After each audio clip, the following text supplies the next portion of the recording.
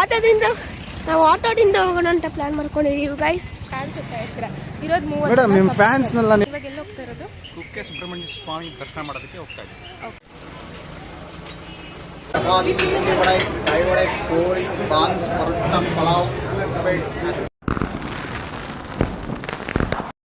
ಎಲ್ರಿಗೂ ನಮಸ್ಕಾರ, welcome to the great Kusuma YouTube channel. So ಇವತ್ತಿನ ನಮ್ಮ ಪಯಣ ಸ್ಟಾರ್ಟ್ ಆಯಿತು. ಸೆಕೆಂಡ್ ಡೇ ಧರ್ಮಸ್ಥಳಕ್ಕೆ ಹೊರಡ್ತಾ ಇದ್ವಿ. ಬೆಳಗ್ಗೆ ಬೇಗ ಎದ್ದು ರೆಡಿಯಾಗಿ ಧರ್ಮಸ್ಥಳಕ್ಕೆ ಹೊರಡ್ತಾ ಇದ್ವಿ.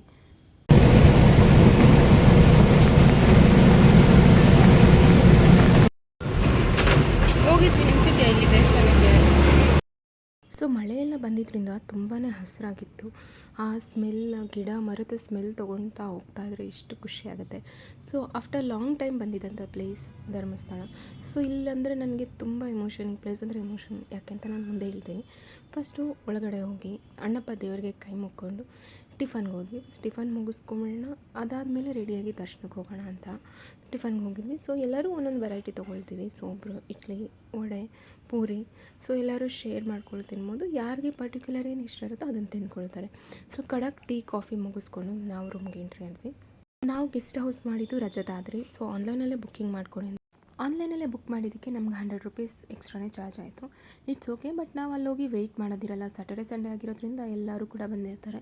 ಸೊ ವೆಯ್ಟಿಂಗ್ ರೂಮ್ ಇರೋದು ಅವಶ್ಯಕತೆ ಇರೋದಿಲ್ಲ ಅಂದ್ಬಿಟ್ಟು ನಾವು ಆನ್ಲೈನಲ್ಲೇ ಬುಕ್ ಮಾಡ್ಕೊಂಡು. ಸೊ ನನ್ನ ಮಗ, ನಾನು ಸೆಕೆಂಡ್ ಫ್ಲೋರ್ ಹೋಗ್ತೀನಿ, ಅಷ್ಟೊತ್ತಿಗೆ ನೀವು ಲಿಫ್ಟಲ್ಲಿ ಬನ್ನಿ ಅಂದಿದ್ದ. ಫಸ್ಟು ರೂಮ್ಗೆ ಹೋಗೋಣ, ಇವಾಗ ರೆಡಿ ಆಗಿ ಫಸ್ಟ್ ರೂಮ್ಗೆ ಎಂಟ್ರಿ ಕೊಡಬೇಕು. ಸೊ ರೂಮ್ಗೆ ಎಂಟ್ರಿ ಕೊಟ್ವಿ. ರೂಮ್ ತುಂಬಾ ಚೆನ್ನಾಗಿತ್ತು, ಹೈಜೀನ್ ಆಗಿತ್ತು. ಸೊ ಧರ್ಮಸ್ಥಳದಲ್ಲೆಲ್ಲ ರೂಮ್ ಕ್ಲೀನಾಗೇ ಇರುತ್ತೆ, ಅವರ ಹೈಜೀನ್ ಮೈಂಟೈನ್ ಮಾಡಿರ್ತಾರೆ. ಸೊ ಫಸ್ಟ್ ನನ್ನ ಹಸ್ಬೆಂಡ್ ರೆಡಿಯಾಗಿ ಮಗನಿಗೆ ರೆಡಿ ಮಾಡ್ತಾಯಿದ್ರು, ನನಗೂ ಕೂಡ ಹೆಲ್ಪ್ ಮಾಡ್ತಾಯಿದ್ರು ರೆಡಿ ಆಗೋಕ್ಕೆ.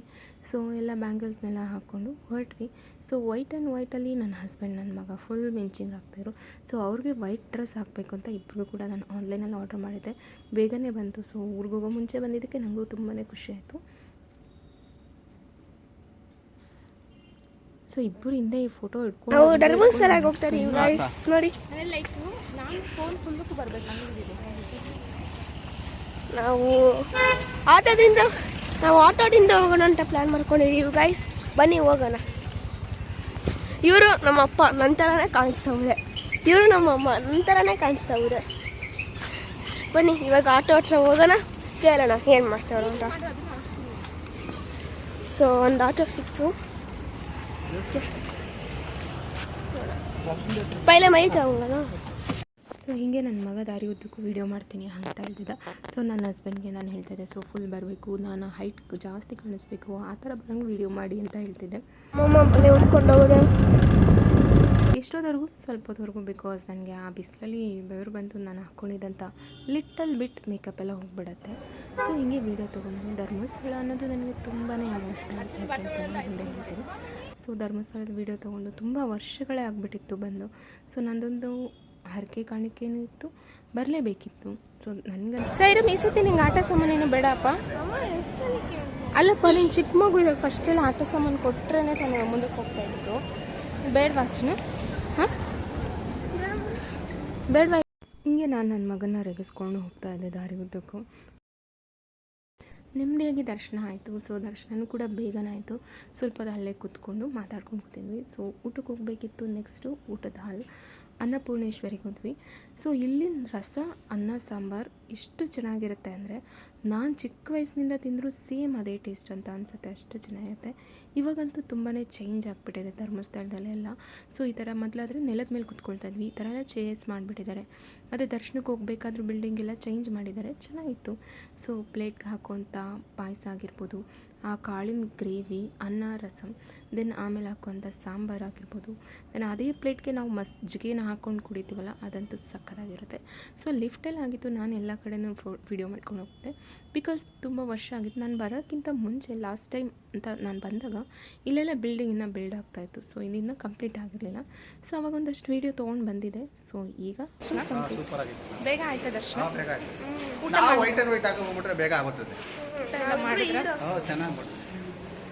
ಬೇಗ ಆಯ್ತು ದರ್ಶನ, ಚೆನ್ನಾಗಿತ್ತು.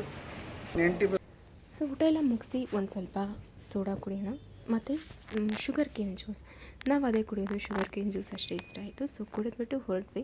ಸೊ ನೆಕ್ಸ್ಟು ನಾವು ಉಜಿರೆಗೆ ಹೋಗೋಕ್ಕೆ ಪ್ಲ್ಯಾನ್ ಮಾಡ್ಕೊಂಡ್ವಿ. ಸೊ ಆಟೋದಲ್ಲಿ ವಿಚಾರಿಸೋಕ್ಕೆ ಅವರು ಪರ್ ಹೆಡ್ 200 ಅಂದರು. ಸೊ ಇಲ್ಲೊಂದು ರೋಡ್ ಬರುತ್ತೆ, ಇಲ್ಲಿ ಗಾಯತ್ರಿ ಗೆಸ್ಟ್ ಹೌಸ್ ಇದೆ. ನನಗೆ ಆ ಗೆಸ್ಟ್ ಹೌಸ್ ಅಂದರೆ ತುಂಬಾ ಇಷ್ಟ. ಸೊ ಬಟ್ ಅದು ಆನ್ಲೈನಲ್ಲಿ ಅವೈಲೇಬಲ್ ಇರಲಿಲ್ಲ. ಸೊ ಸ್ಯಾಟರ್ಡೆ ಆಗಿದ್ದರಿಂದ ಸುಮ್ಮನೆ ಅಲ್ಲಿ ವೆಯ್ಟ್ ಮಾಡೋಕ್ಕಾಗಲ್ಲ ಅಂತ ಹೇಳಿ ಬೇಡ ಅಂತ ಬಂದ್ವಿ. ಸೊ ಆಟೋದಲ್ಲಿ ಪರ್ ಹೆಡ್ 200 ರುಪೀಸ್, 3 ಮೆಂಬರ್ಸ್ಗೆ 600 ಹೋಗ್ತಾ ಬರ್ತಾ ಅವರೇ ಕೂಡ ಡ್ರಾಪ್ ಮಾಡಿ.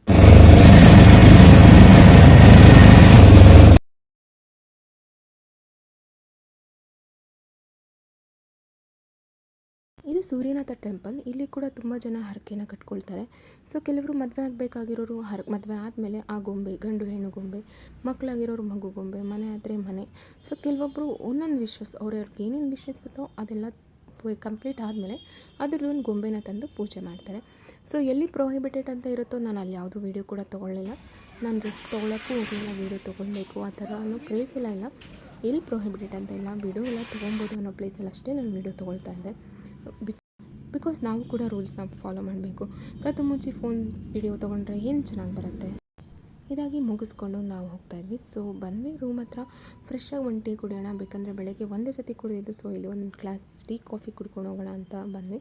ನಾವಿದ್ದಂಥ ಗೆಸ್ಟ್ ಹೌಸ್ ಪಕ್ಕನೇ ಅನ್ನಪೂರ್ಣೇಶ್ವರಿ ಹೋಟೆಲ್ ಇತ್ತು. ತುಂಬಾ ಚೆನ್ನಾಗಿತ್ತು. ಇದೊಂದು ಗೊಂಬೆ ನೋಡಿ ಸಕ್ಕದಾಗಿದೆ, ಒಂಥರ ಯಕ್ಷಗಾನದ ಗೊಂಬೆ, ರಿಯಲ್ ಮನುಷ್ಯರ ಥರದ್ದೇ ಒಂಥರ ಕಳೆ ಇತ್ತು, ಚೆನ್ನಾಗಿತ್ತು. ಅಲ್ಲೊಂದು ವೀಡಿಯೋಸ್ನೆಲ್ಲ ತೊಗೊಂಡು ಹೊರಟ್ವಿ. ಸೊ ಮಧ್ಯಾಹ್ನ ಅಷ್ಟೊತ್ತಿಗೆ ಯಾರೂ ಅಷ್ಟು ಜನ ಬಂದಿರಲಿಲ್ಲ. ಈವ್ನಿಂಗ್ ಅಷ್ಟೊತ್ತಿಗೆ ತುಂಬಾ ಜನ ಬಂದುಬಿಟ್ಟಿದ್ರು. ಸೊ ನನಗೆ ಈ ಪ್ಲೇಸ್ ಯಾಕೆ ಎಮೋಷ್ನಲ್ ಅಂತ ಹೇಳಿದ್ರೆ, ನಾನು ನಮ್ಮಣ್ಣ, ನಮ್ಮಪ್ಪ, ನಮ್ಮ ಅಮ್ಮ 4 ಮೆಂಬರ್ಸ್ ಬರ್ತಾಯಿದ್ದಂಥ ಪ್ಲೇಸ್ ಇದು. ಸೊ ಅಮ್ಮ, ನಾನು, ನಮ್ಮಣ್ಣ, ನಮ್ಮಪ್ಪ ಬರ್ತಾಯಿದ್ದು. ವರ್ಷಕ್ಕೆ ಒಂದೇ ಸತಿ ನಮ್ಮಪ್ಪ ಇಲ್ಲ ನಮ್ಮನ್ನು ಕರ್ಕೊಂಡು ಬರ್ತಾಯಿದ್ದು. ಬೇರೆ ಎಲ್ಲೂ ನಮ್ಮನ್ನು ಕರ್ಕೊಂಡು ಹೋಗ್ತಾ ಇರಲಿಲ್ಲ ಅವರು. ಅವರಿಗೆ ಮಂಜುನಾಥ ಟೆಂಪಲ್, ಮಂಜುನಾಥ ದೇವ್ರು ಅಂದರೆ ತುಂಬಾ ಭಕ್ತಿ. ಸೊ ನಾವು ಇಲ್ಲಿಗೆ ಬಂದಾಗ ನನಗೆ ಅವರು ಇಲ್ಲೇ ಇದ್ದಾರೆ ಅನ್ನೋ ಪ್ರೆಸೆನ್ಸ್ ಫೀಲ್ ಆಗುತ್ತೆ. ಸೊ ನನ್ನ ಹಿಂದೆನೇ ಬರ್ತಿದ್ದಾರೆ, ನನ್ನ ಜೊತೆನೇ ಇದ್ದಾರೆ ಅನ್ನೋ ಥರ ಫೀಲ್ ಆಗುತ್ತೆ. ನನ್ನ ಮದುವೆ ಆದಮೇಲೆ ಅವ್ರಿಗೆ ಫ್ಯಾಮಿಲಿ ಒಟ್ಟಿಗೆ ಬರಬೇಕಂತ ತುಂಬಾ ಆಸೆ ಇತ್ತು. ಬಟ್ ಅದಾಗಲಿಲ್ಲ. ಸೊ ಅವರು ಇಲ್ಲೇ ಇದ್ದಾರೆ ಅನ್ನೋ ಫೀಲ್ ನನಗೆ ತುಂಬಾ ಕಾಣಿಸುತ್ತೆ. ಧರ್ಮಸ್ಥಳಕ್ಕೆ ಬಂದಾಗ ಜಾಸ್ತಿನೇ ಹೆಚ್ಚಾಗುತ್ತೆ. ಅವರು ಗಾಯತ್ರಿ ಗೆಸ್ಟ್ ಹೌಸ್ ಮಾತ್ರನೇ ಬುಕ್ ಮಾಡ್ತಾ ಇರೋದ್ರಿಂದ ನನಗೆ ಅದೊಂದು ಫೀಲ್ ಆಗಿತ್ತು ಅಲ್ಲೇ ಬುಕ್ ಮಾಡಬೇಕಿಂತ. ಬಟ್ ಆನ್ಲೈನಲ್ಲಿ ಸಿಗಲಿಲ್ಲ. ನೆಕ್ಸ್ಟು ಈವ್ನಿಂಗ್ ನಾವು ಹೋಗೋಣ ಧರ್ಮಸ್ಥಳದ ಟೆಂಪಲ್ ಹತ್ರ.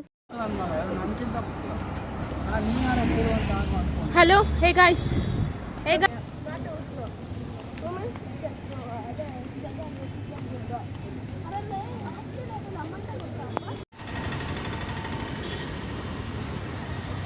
ಸಬ್ಸ್ಕ್ರೈಬ್ ಮಾಡಿ, ಶೇರ್ ಮಾಡಿ, ಕಮೆಂಟ್ ಮಾಡಿ. ಇದು ನಮ್ಮ ಹೋಟೆಲ್ ಈ ಕಡೆ, ಇದು ರೋಡ್ ಸೈಡು ಬರೀ. ದೇವ್ರಿಗೆಲ್ಲ ಕೈ ಮುಕ್ಕೊಂಡು ಟೀ ಕುಡಿಯೋಕ್ಕೆ ಹೋಗ್ತಾ ಇದ್ದೀವಿ. ಸೊ ಫಸ್ಟು ಟೀ ಕಾಫಿ ಮುಗಿಸ್ಕೊಂಡ್ಬಿಡೋಣ. ನಂತರ ದೇವಸ್ಥಾನ ಹತ್ರ ಹೋಗಿ ಸ್ವಲ್ಪ ಹೊತ್ತು ಕೂತ್ಕೊಂಡು ಊಟ ಮುಗಿಸ್ಕೊಂಡು ರೂಮ್ಗೆ ಹೋಗೋದು ಪ್ಲ್ಯಾನ್.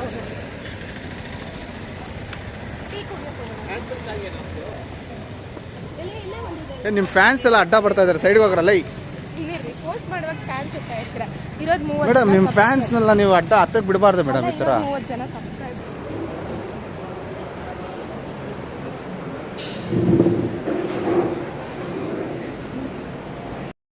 ನನ್ನ ಹಸ್ಬೆಂಡ್ ನನಗೆ ಸುಮ್ಮನೆ ರೇಗಿಸ್ತಾಯಿದ್ರು ಫ್ಯಾನ್ಸ್ ಅಂತ. ಆ್ಯಕ್ಚುಲಿ ನನ್ನ ಹತ್ರ ಇರೋದೇ 30 ಜನ ಸಬ್ಸ್ಕ್ರೈಬರ್. ಈಗ 38 ಜನ ಆಗಿದ್ದಾರೆ ಅಷ್ಟೇ. ಸೊ ಇಟ್ಸ್ ಓಕೆ, ಸಬ್ಸ್ಕ್ರೈಬ್ ಆಗ್ತಾರೆ ಮುಂದಕ್ಕೆ. ನನ್ನ ವೀಡಿಯೋ ಇಷ್ಟ ಆದರೆ ನಾನು ಕಂಟಿನ್ಯೂಸ್ ಆಗಿ ವೀಡಿಯೋಸ್ನ ಪೋಸ್ಟ್ ಮಾಡಿದ್ರೆ. ಸೊ ನನ್ನ ಮಗ ವೀಡಿಯೋ ಸ್ಟಾರ್ಟ್ ಮಾಡಿದ್ರು ನಮ್ಮಮ್ಮ ಅಂತ ಅಲ್ಲೇ ತಲೆ ಮೇಲೆ ಕೈ ಇಟ್ಕೊಳ್ತಿದ್ದೆ. ಸೊ ಕರೆಕ್ಟ್ 2/3 ಟೀ ಕುಡಿದು ಗೋಳಿ ಬಜ್ಜಿ ಅಂದರೆ ಮಂಗಳೂರು ಬಜ್ಜಿನ ತಿನ್ಕೊಂಡು ನಮ್ಮ ಪಯಣನ ಸ್ಟಾರ್ಟ್ ಮಾಡ್ತೀವಿ. ಸೊ ನನ್ನ ಮಗ ಏನಂದರೆ ಚಿಕ್ಕ ವಯಸ್ಸಿನಲ್ಲಿ ಯಾವುದೇ ಒಂದು ಶಾಪ್ ನೋಡಲಿ ಅಲ್ಲಿ ನಿಂತ್ಕೊಂಡ್ಬಿಡೋಣ ಕಾಣಿಸುತ್ತೆ. ಸಾಯಿರಾಮ್ ಗಾಯ್ಸ್, ಅವನು ಹೇಗೆ ಅಂದರೆ ಯಾವುದಾದ್ರೂ ಒಂದು ಶಾಪಲ್ಲಿ ಏನಾದರೂ ಒಂದು ಟಾಯ್ಸ್ ನೋಡಿಬಿಡ್ತಿದ್ದ. ಸೊ ಮತ್ತೆ ಅದೇ ಶಾಪ್ಗೆ ನಮ್ಮನ್ನು ಕರ್ಕೊಂಡು ಬರ್ತಿದ್ದ. ಇಲ್ಲಾಂದರೆ ಅವ್ನು ದೇವ್ರ ದರ್ಶನ ಏನೂ ಮಾಡ್ತಾಯಿರಲಿಲ್ಲ. ನಾವು ಅದಕ್ಕೆ ಏನು ಮಾಡ್ತಿದ್ವಿ, ಅವ್ನು ಚಿಕ್ಕ ಮಗು ಇದ್ದಾಗ ಅವ್ನಿಗೆ ಏನು ಬೇಕೋ ಫಸ್ಟೇ ಕೊಡಿಸ್ಬಿಡ್ತಾಯಿದ್ವಿ, ಆಮೇಲೆ ದೇವಸ್ಥಾನಕ್ಕೆ ಕರ್ಕೊಂಡು ಹೋಗ್ತಾಯಿದ್ವಿ. ಸೊ ಟಾಯ್ಸ್ ಕೈಯಲ್ಲಿ ಇದ್ದಿದ್ದರಿಂದ ಅವನು ಖುಷಿಯಾಗಿ ದೇವ್ರ ದರ್ಶನನೂ ಮಾಡ್ತಾಯಿದ್ದ, ನಮಗೆ ದರ್ಶನ ಕೊಡೋಕ್ಕೆ ನೆಮ್ಮದಿನೂ ಕೊಡ್ತಿದ್ದ. ಬಟ್ ನನ್ನ ಮಗ ಬೇರೆ ಮಕ್ಕಳಷ್ಟು ಗಲಾಟೆ ಮಾಡ್ತಾಯಿರಲಿಲ್ಲ, ತುಂಬ ಸಾಫ್ಟ್ ಆ್ಯಂಡ್ ಸ್ವೀಟ್ ನನ್ನ ಮಗ.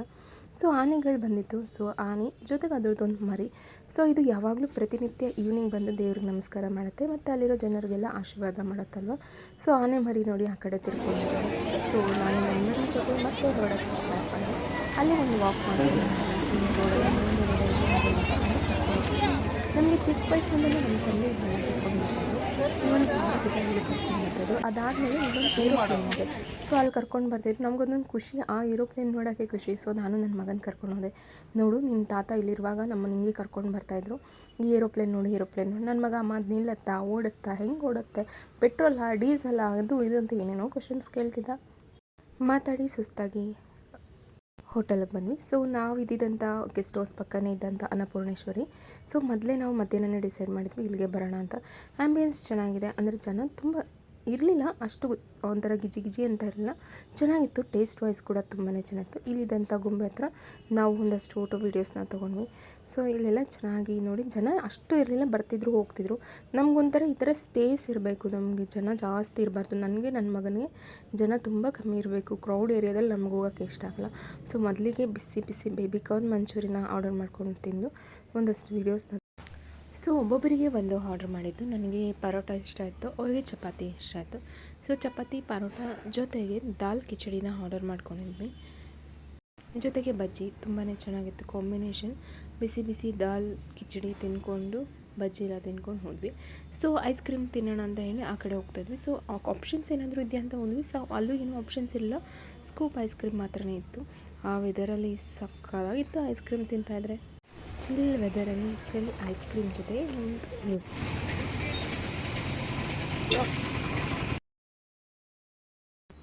ಸೊ ಹಂಗೆ ರೂಮಿಗೆ ಬಂದ್ವಿ. ಸೊ ಮತ್ತೆ ಎಲ್ಲ ಬಟ್ಟೆಗಳನ್ನೆಲ್ಲ ಪ್ಯಾಕ್ ಮಾಡಿಕೊಂಡು ಬಿಗ್ ಬಾಸ್ ಬರ್ತಿತ್ತು. ಸೊ ವಾರದ ಕತೆ ಕಿಚನ ಜೊತೆ ಅದನ್ನು ಈಗ ಮಿಸ್ ಮಾಡೋಕ್ಕಾಗುತ್ತೆ. ಸೊ ಶೋ ನೋಡಿಕೊಂಡು ಮಲ್ಕೊಂಡು ಬೆಳಗಿನ ಫ್ರೆಶ್ ವೆದರಲ್ಲಿ ಎದ್ದು ನಾವು ರೆಡಿಯಾಗಿ ಹೋದ್ವಿ. ಸೊ ವಿತಿನ್ ನಮ್ಮ ಒಂದು ಪಯಣ ಬಂದು ಕುಕ್ಕೆ ಸುಬ್ರಹ್ಮಣ್ಯ. ಸೊ ಎಲ್ಲ ಲಗೇಜನ್ನೆಲ್ಲ ಪ್ಯಾಕ್ ಮಾಡಿಕೊಂಡು ಫ್ರೆಶ್ ಹೇರ್ ತೊಗೊಂಡ್ವಿ. ಸೊ ಮಾರ್ನಿಂಗ್ ನಾವೇನು ಟಿಫನ್ ಮಾಡಲಿಲ್ಲ. ಸೊ ಬೇಗನೆ ರೀಚ್ ಆಗ್ತೀವಲ್ಲ ಅಲ್ಲಿ ಮುಗಿಸ್ಕೊಳ್ಳೋಣ ಅಂತ ಸ್ವಲ್ಪ ಸ್ನ್ಯಾಕ್ಸ್ ಜೊತೆಗೆ ಸ್ವಲ್ಪ ಟೀ ಮತ್ತು ಬಿಸ್ಕೆಟ್ ತಿಂದ್ವಿ ಅಷ್ಟೇ. ಸೊ ಮಾರ್ನಿಂಗ್ ನೋಡಿ ಎಷ್ಟು ಕಾರ್ಗಳಿದೆ. ಎಸ್ಟರ್ಡೇ ಇಷ್ಟೊಂದು ಕಾರ್ಗಳೇ ಇರಲ್ಲ. ಬೆಳಿಗ್ಗೆ ಅಷ್ಟೊತ್ತಿಗೆಲ್ಲ ಜನ ಬಂದರು. ಸೊ ಒನ್ ಡೇ ಟ್ರಿಪ್ ಥರ ಹೋಗ್ತಾರೆ. ಜನಕ್ಕೆ ಎಲ್ಲರಿಗೂ ಟೈಮಿಂಗ್ಸ್ ಇರಬೇಕಲ್ಲ ಸ್ಟೇ ಆಗೋದಕ್ಕೆಲ್ಲ.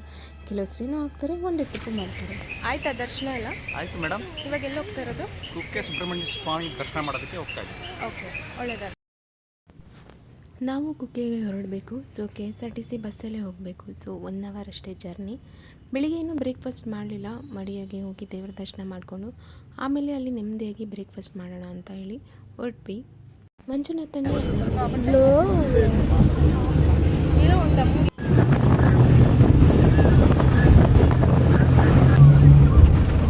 ಈ ಮೆಮೊರೀಸ್ನೆಲ್ಲ ನಾನು ಹಾಗೆ ಇಟ್ಕೋಬೇಕು. ಸೊ ಈ ಮೆಮೊರೀಸ್ನೆಲ್ಲ ನಾನು ಯೂಟ್ಯೂಬಲ್ಲಿ ಹಾಕಿದ್ರೆ ನನಗೆ ನೋಡೋಕ್ಕೆ ಖುಷಿ ಆಗುತ್ತಲ್ವ. ಸೊ ಅಲ್ಲಿ ಬಂದು ಲಗೇಜ್ನೆಲ್ಲ ನಾವು ಲಗೇಜ್ ಸೆಕ್ಷನ್ ಅಲ್ಲಿ ಹಾಕಿ ದರ್ಶನಕ್ಕೆ ಹೋದ್ವಿ. ಸೊ ನಮ್ಮದು ಇಲ್ಲೇನು ಆಲ್ಟ್ ಇರೋವಂಥ ಪ್ಲ್ಯಾನ್ ಇರಲಿಲ್ಲ. ಬಿಕಾಸ್ ಅಲ್ಲಿ ಆಲ್ಟಿದ್ದು ಏನು ಮಾಡೋಂಥದ್ದಿರಲಿಲ್ಲ, ಲೈಕ್ ಎಲ್ಲೂ ಹೋಗೋ ಅಂಥ ಪ್ಲೇಸ್ ಇರಲಿಲ್ಲ. ಸೊ ಅದಕ್ಕೋಸ್ಕರ ನಾವು ಆಲ್ಟಿಲ್ಲ. ನನ್ನ ಹಸ್ಬೆಂಡ್ ಹೆಂಗೆ ಅಂದರೆ ಪರ್ಟಿಕ್ಯುಲರ್ ಯಾವ ಪ್ಲೇಸ್ ನೋಡಬೇಕು ಆ ಪ್ಲೇಸ್ ಕರ್ಕೊಂಡು ಹೋಗ್ತಾರೆ, ಕರ್ಕೊಂಬಂದು ರೂಮಿಗೆ ಬಿಡ್ತಾರೆ. ಅವ್ರು ಆ ಥರ ಸುತ್ತಾಡೋಣ, ಸುತ್ತಾಡೋಣ, ಡೇ ಆ್ಯಕ್ಟಿವಿಟಿ ಅಂದರೆ ಡೇ ಟ್ರಿಪ್ ಥರ ಇರುತ್ತಲ್ಲ ಆ ಥರ ಎಲ್ಲ ಕರ್ಕೊಂಡು ಹೋಗೋದಿಲ್ಲ ಅವರು. ಅವ್ರಿಗೂ ಕೂಡ ಕ್ರೌಡ್ ಇಷ್ಟ ಆಗೋದಿಲ್ಲ. ಸೊ ನನಗೂ ಕೂಡ ಕ್ರೌಡ್ ಇಷ್ಟ ಆಗೋಲ್ಲ. ಇದು ಆದಿ ಕುಕ್ಕೆ ಸುಬ್ರಹ್ಮಣ್ಯ. ಫಸ್ಟು ಅಲ್ಲಿ ದರ್ಶನ ಮಾಡಿಕೊಂಡು ಕುಕ್ಕೆಯಲ್ಲಿ ದರ್ಶನ ಮಾಡಿ ನಂತರ ಆದಿ ಸುಬ್ರಹ್ಮಣ್ಯಂಗೆ ದರ್ಶನ ಮಾಡೋಕ್ಕೆ ಬಂದ್ವಿ. ಸೊ ಇಲ್ಲಿ ಕೂಡ ಎಲ್ಲ ಚೆನ್ನಾಗಿತ್ತು. ಸೊ ಫ್ರೆಶ್ಶಾಗಿ ಮಡಿಯಾಗಿ ದರ್ಶನ ಮಾಡಿದ್ರೆ ಎಷ್ಟು ಖುಷಿ ಆಗುತ್ತೆ, ಮನಸ್ಸಿಗೆ ಒಂಥರ ನೆಮ್ಮದಿ. ಅವಾಗವಾಗ ಈ ಥರ ದೇವಸ್ಥಾನಗಳಿಗೆ ಹೋಗಬೇಕು, ದೇವ್ರ ಭಕ್ತಿ ಮಾಡಬೇಕು, ದೇವಸ್ಥಾನದಲ್ಲಿ ಕೂತ್ಕೊಂಡು ಬರಬೇಕು, ಒಳ್ಳೆ ಮನಸ್ಸಿದ್ರೆ ಸಾಕು ಅಂತಾರೆ. ಸೊ ನಾನು ಒಳ್ಳೆ ಮನಸ್ಸಿನ ಜೊತೆಗೆ ದೇವ್ರ ಹತ್ರ ಹೋದೆ. ಎಲ್ರಿಗೂ ಒಳ್ಳೇದಾಗಲಿ, ನಾನು ಅಂದ್ಕೊಂಡಿದ್ದೆಲ್ಲ ಆಗಲಿ ಅನ್ನೋದು ಅಷ್ಟೇ ನನ್ನ ಪ್ರಾರ್ಥನೆ. ಸೊ ಹೇಗಿದ್ದರೂ ಖಾಲಿ ಹೊಟ್ಟೆ ಇತ್ತು. ಸೊ ಎಳ್ನೀರು ಕುಡಿದ್ರೆ ಒಳ್ಳೇದಾಗತ್ತೆ ಅಂತ ಹೇಳಿ ಎಳ್ನೀರು ಕುಡಿದ್ವಿ. ಎಳ್ನೀರು ಎಷ್ಟು ಅಂತ ಹೇಳಿದ್ರೆ ಒಂದು ಎಳ್ನೀರು ಪ್ರೈಸ್ ಬಂದು 65 ರುಪೀಸ್. ಸೊ ನಾನು ನನ್ನ ಹಸ್ಬೆಂಡ್ ತೊಗೊಂಡಿದ್ದು ಎಳ್ನೀರು ಚೆನ್ನಾಗಿತ್ತು. ಪಾಪ ನನ್ನ ಮಗನ ಎಳ್ನೀರಲ್ಲಿ ಕಹಿಯಾಗಿತ್ತು. ಸ್ವಲ್ಪನೇ ಕುಡ್ದ, ಆಮೇಲೆ ಬೇಡ ಅಂತ ಹೇಳ್ದ. ಸೊ ಇಲ್ಲೊಂದಷ್ಟು ಸ್ಪೈಸಸ್ ತೊಗೊಳ್ಳೋಣ ಅಂತ ಲಾಸ್ಟ್ ಟೈಮ್ ಬಂದಾಗ ಸ್ಪೈಸಸ್ ತೊಗೊಂಡು ತುಂಬ ದಿನ ಡ್ಯೂರೇಷನ್ ಇತ್ತು. ಲೈಕ್ ಬಾಳಿಕೆ ಜಾಸ್ತಿ ದಿನ ಬಂದಿತ್ತು, ಕ್ವಾಂಟಿಟಿ ಜಾಸ್ತಿ ಕೊಡ್ತಾರೆ ಇವರು. ಪ್ರೈಸ್ ಜಾಸ್ತಿ ಆದರೂ ಕೂಡ ಕ್ವಾಂಟಿಟಿ ಇರುತ್ತೆ. ನಾನು ಇಲ್ಲಿ ಕಾಣಿಸೋಂಥ ಐಟಮ್ಸ್ನೆಲ್ಲ 100 ರುಪೀಸ್ಗೆ ತೊಗೊಂಡೆ. ಯಾವ್ದಾದ್ರು ಬೇಕೋ ಅದನ್ನಷ್ಟು ತೊಗೊಂಡೆ ನಾನು. ಸೊ ಯಾವ್ದಾದ್ರು ಪಲಾವ್ಗೆ ಬೇಕಾಗುತ್ತೆ ಅಂತ. ಸೊ ನಾವು ದೇವಂಗದವರು ಸ್ವಲ್ಪ ಬಾತ್ ಐಟಮ್ಸ್ನೆಲ್ಲ ಜಾಸ್ತಿನೇ ಮಾಡ್ತೀವಿ. ಸೊ ಅದು ನಮ್ಮ ಒಂದು ಪದ್ಧತಿನೇ ಅಂತ ಹೇಳ್ಬೋದು. ಸೊ ಪಲಾವ್ ಐಟಮ್ಸ್ನೆಲ್ಲ ನಾವು ಜಾಸ್ತಿ ಮಾಡೋದ್ರಿಂದ. ಏನು ಶಾಪಿಂಗ್ ಮಾಡಿದ್ದೀರಾ ಮೇಡಮ್?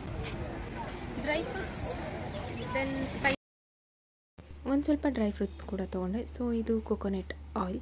ಸೊ ಕೊಬ್ಬರಿ ಎಣ್ಣೆ ಅಲ್ಲೇ ಕೂಡ ಪ್ರಿಪೇರ್ ಮಾಡ್ತಿದ್ರು. ಅದೊಂದು ಮಾರ್ಕೆಟಿಂಗ್ ಸ್ಟ್ರಾಟಜಿ ಇರ್ಬೋದು, ಸುಮ್ಮನೆ ಅದನ್ನು ತಿರುಗಿಸ್ತಾ ಇರೋದು. ಬಟ್ ಓಕೆ, ಮನೆಗೆ ತಂದಮೇಲೆ ಅದು ಕೂಡ ಕೋಲ್ಡ್ಗೆ ಗಟ್ಟಿ ಆಗೇ ಆಗುತ್ತಲ್ವ. ಏನಿದೆ?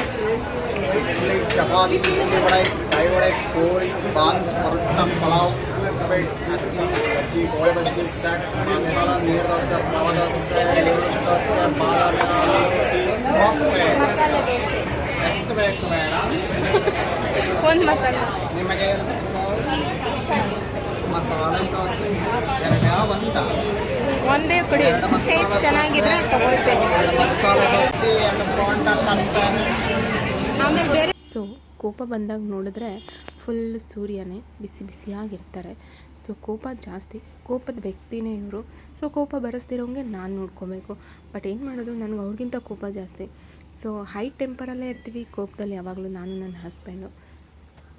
ಇದಾದ ನಂತರ ಬಸ್ಸಲ್ಲಿ ತಿನ್ನೋಕ್ಕೆ ಅಂತ ಕೆಲವೊಂದು ವೆಜಿಟೇಬಲ್ಸ್ನ ಸೌತೆಕಾಯಿ, ಮಾವಿನಕಾಯಿ ಅದನ್ನು ಕವರ್ಗೆ ಹಾಕಿಸ್ಕೊಂಡು ಹೋಗಿದ ತಕ್ಷಣ ಅದೊಂಥರ ಆಗಿಬಿಟ್ಟಿತ್ತು. ಸೊ ಇಲ್ಲಿಗೆ ನಮ್ಮ ಒಂದು ಪಯಣ ಸ್ಟಾರ್ಟ್ ಆಯಿತು ಬೆಂಗಳೂರಿಗೆ ಹೋಗೋದಕ್ಕೆ. ಬಸ್ಸಲ್ಲಿ ಜರ್ನಿ ತುಂಬ ಚೆನ್ನಾಗಿರಲಿಲ್ಲ. ಬಿಕಾಸ್ ನನಗೆ KSRTC ಬಸ್ ಅಂತಲ್ಲ, ಬಿಕಾಸ್ ನಾವು KSRTC ಬಸ್ಸಲ್ಲೇ ಹೋಗೋದು. ರಾಜಹಂಸ ಆಪ್ಷನ್ ಇರಲಿಲ್ಲ. AC ಬಸ್ ನನ್ನ ಮಗನಿಗಾಗಲ್ಲ. ಬಸ್ಸಲ್ಲಿ ಪ್ರಾಬ್ಲಮ್ ಏನಾಗಿದ್ದು ಅಂದರೆ 9 ಅವರ್ಸು ಅಲ್ಲಿಂದ ಡ್ರೈವರು ಸಾಂಗ್ ಹಾಕಿ ತಲೆ ತಿಂದರು. ಕನ್ನಡ ಸಾಂಗೇ ಹಾಕಿದರು, ಬಟ್ ಎಲ್ಲ ರಿಪೀಟೆಡ್ ಸಾಂಗ್. ಈ ಮಕ್ಕಳ ಸಾಂಗ್ ಬರುತ್ತಲ್ಲ ಆ ಥರ ರಿಪೀಟ್ ಸಾಂಗ್ ಹಾಕಿದ್ರು. ಜನ ಕೂಡ ಜಾಸ್ತಿ ಇದ್ದರು. ಸೊ ನಾನು ಅಲ್ಲಿ ಹತ್ತಿದವಳು, ಮತ್ತು ನಾನು ಇಳಿಲಿಲ್ಲ. ಮನೆಗೆ ಬರೋವರೆಗೂ ನನ್ನ ಸ್ಟಾಪ್ ಬರೋವರೆಗೂ ನಾನು ಇಳ್ಕೊಳ್ಳಿಲ್ಲ. ಪಾಪ ನನ್ನ ಹಸ್ಬೆಂಡ್ ಏನು ಬೇಕು ಅಂತ ಹೇಳಿ ಅಲ್ಲೇ ತೊಗೊಳ್ತಾಯಿದ್ರು. ಬಟ್ ಇಳಿಯೋಕ್ಕೂ ಜಾಗ ಇರಲಿಲ್ಲ, ಯಾಕಂದರೆ ಬಸ್ಸಲ್ಲೆಲ್ಲ ಜನ ತುಂಬ್ಕೊಂಡು ಬಿಟ್ಟಿದ್ರು. ಅದೊಂದು ಸ್ವಲ್ಪ ಡಿಸಪಾಯಿಂಟ್ ಆಯಿತು ಅಷ್ಟೇ. ಪಾಪ ನನ್ನ ಹಸ್ಬೆಂಡ್ ಟೀ ಎಲ್ಲ ತಂದುಕೊಟ್ರು. ಸೊ ಕೇರಿಂಗ್ ಮಾಡೋದ್ರಲ್ಲಿ ತುಂಬಾ ಕೈಂಡ್ ಹಾರ್ಟೆಡ್ ಪರ್ಸನ್ ನನ್ನ ಹಸ್ಬೆಂಡ್.